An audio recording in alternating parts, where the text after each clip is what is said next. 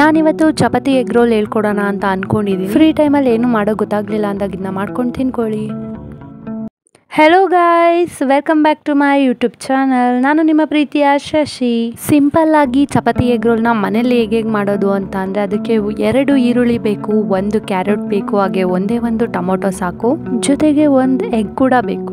Tomato ಮತ್ತು ಈರುಳ್ಳಿನ ಸಣ್ಣದಾಗಿ ಹೆಚ್ಕೊಳ್ಳಿ, ಕ್ಯಾರೆಟ್ನ ಹಾಗೆ ತುರ್ಕೊಳ್ಳಿ. ಇನ್ನೊಂದು ಗ್ಲಾಸಲ್ಲಿ ಎಗ್ನ ಒಡೆದ್ಬಿಟ್ಟು ಅದನ್ನು ರೆಡಿ ಮಾಡಿ ಇಟ್ಕೊಳ್ಳಿ. ಒಂದು ಪಾತ್ರೆ ತೊಗೊಂಡು ಅದಕ್ಕೆ ಆಯಿಲ್ನ ಅಪ್ಲೈ ಮಾಡಿ ಈರುಳ್ಳಿನ ಹಾಕಿ ಒಂದು ಸ್ವಲ್ಪ ಅದು ಕಲರ್ ಬರೋ ಥರ ಅದನ್ನು ಫ್ರೈ ಮಾಡ್ಕೊಳ್ಳಿ. ಈರುಳ್ಳಿ ಫ್ರೈ ಮಾಡ್ಬೇಕಾದ್ರೆ ಸ್ವಲ್ಪ ಸಾಲ್ಟ್ ಹಾಕೊಳ್ಳಿ, ಆಗ ಇನ್ನೂ ಚೆನ್ನಾಗಿರುತ್ತೆ ಟೇಸ್ಟು. ಅದಾದಮೇಲೆ ಟೊಮೊಟೊನ ಆ್ಯಡ್ ಮಾಡಿ, ಅದಾದಮೇಲೆ ನೆಕ್ಸ್ಟ್ ಕ್ಯಾರೆಟ್ ಏನು ತುರಿದಿರ್ತೀರ ಅದನ್ನು ಕೂಡ ಆ್ಯಡ್ ಮಾಡಿ. ನಿಮಗೆ ಗೀ ಬೇಕು ಅಂತ ಅಂದರೆ ತುಪ್ಪನ ನೀವು ಹಾಕೊಂಡ್ರು ಹಾಕೋಬೋದು, ಅದು ಆಪ್ಷನಲ್ ಆಗಿರುತ್ತೆ. ಇಲ್ಲಿಗೆ ಎಗ್ ರೋಲ್ ಬೇಕಾಗಿರೋ ಮಸಾಲ ರೆಡಿ ಆಗಿರುತ್ತೆ. ನೆಕ್ಸ್ಟ್ ಒಂದು ತವಾ ತಗೊಂಡು ಅದಕ್ಕೆ ಎಣ್ಣೆನ ಹಾಕಿ, ಒಂದು ಗ್ಲಾಸ್ನಲ್ಲಿ ರೆಡಿ ಮಾಡ್ಕೊಂಡಿರೋ ಮೊಟ್ಟೆನ ಅದಕ್ಕೆ ಹಾಕಿ, ಶೇಪ್ ಹೆಂಗೆ ಬಂದ್ರೇನೋ ನಾವು ತಾನೇ ತಿನ್ನೋರು.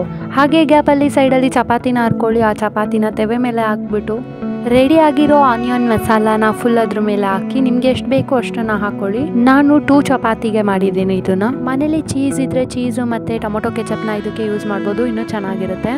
ಎಲ್ಲ ಹಾಕಾದ್ಮೇಲೆ ಚಪಾತಿನ ರೋಲ್ ಮಾಡಿ ತಿನ್ಕೊಳ್ಳಿ, ಚೆನ್ನಾಗಿರಿ. ಪೇಷನ್ಸಿಂದ ವಿಡಿಯೋ ನೋಡಿದವ್ರಿಗೆ thank you so much. Subscribe ಮಾಡ್ಕೊಂಡಿಲ್ಲ ಅಂದರೆ ಚಾನಲ್ನ ಸಬ್ಸ್ಕ್ರೈಬ್ ಮಾಡ್ಕೊಳ್ಳಿ.